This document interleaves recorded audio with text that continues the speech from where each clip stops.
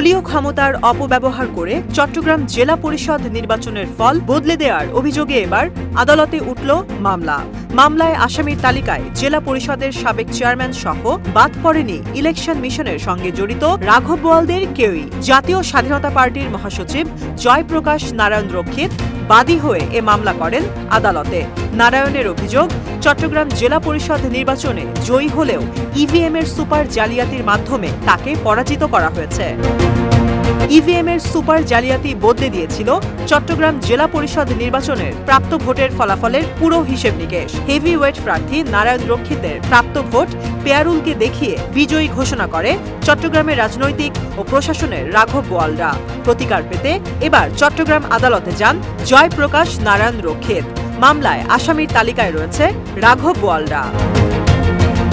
চট্টগ্রাম জেলা পরিষদের সাবেক চেয়ারম্যান আওয়ামী লীগ নেতা এটিএম পেয়ারুল ইসলামের সঙ্গে আসামির তালিকায় উঠেছে সাবেক মন্ত্রী ডক্টর হাসান মাহমুদ, সাবেক সাংসদ আব্দুল মোতালেব, সাতকানিয়া উপজেলা আওয়ামী লীগের সাংগঠনিক সম্পাদক ডক্টর মিনহাজ, সাবেক জেলা প্রশাসক ও নির্বাচনের প্রধান রিটার্নিং কর্মকর্তা আব্দুল মোমেন, পটিয়ার সাবেক সাংসদ মোতাহের হোসেন এবং এস আলম গ্রুপের চেয়ারম্যান সাইফুল আলম মাসুদের নাম।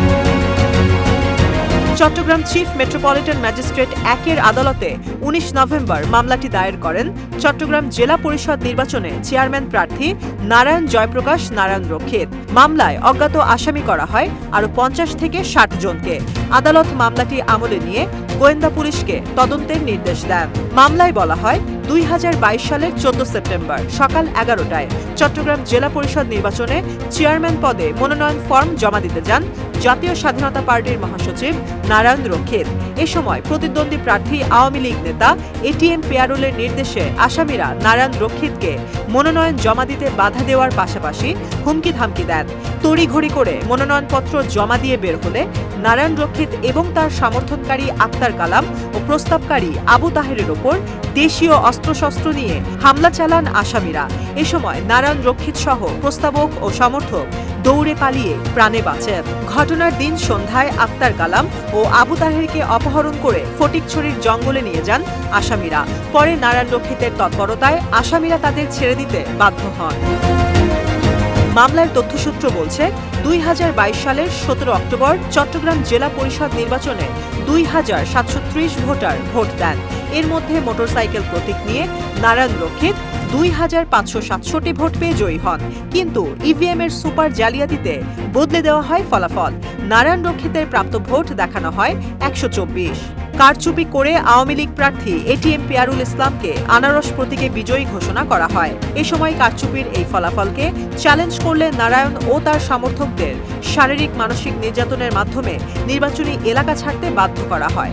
এ নিয়ে প্রাণের ভয়ে পরবর্তীতে কোনো আইনি পদক্ষেপ নিলে গুম খুনের হুমকি দেন আসামিরা।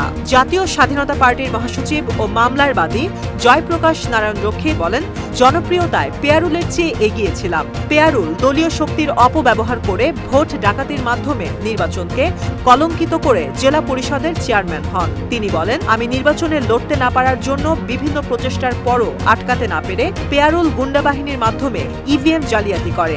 আমি ২,৫৬৭ ভোট পেয়ে জয়ী হই। পেয়ারুল ১২৪ ভোট পেয়ে হেরে যান। কিন্তু দলীয় ক্ষমতার অপব্যবহার করে বদলে দেওয়া হয় ভোটের ফলাফল।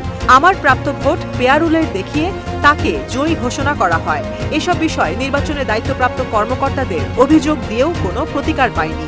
নারায়ণ রক্ষিত বলেন, আওয়ামী লীগ ক্ষমতায় থাকা অবস্থায় প্রাণের ভয়ে মামলা করার সাহস পায়নি। প্রতিনিয়ত আসামিদের হুমকি ধামকিতে ছিলাম।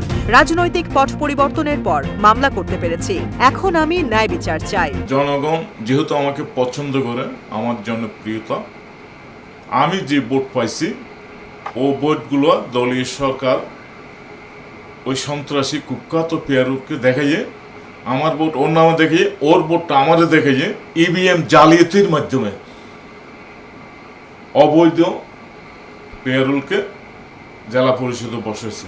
এরা নির্বাচনে করছে কি আমি যে ভোট পাইছি, যেহেতু আমি জানি এবং বিভিন্ন সংস্থা জানে আমি 100 সব যোগ্য ব্যক্তি হিসেবে আমি চট্টগ্রাম জেলা পরিষদ চেয়ারম্যান নির্বাচিত হব, এই আশঙ্কা ভেবে তারা এমন কোনো হীন কাজ করেনি।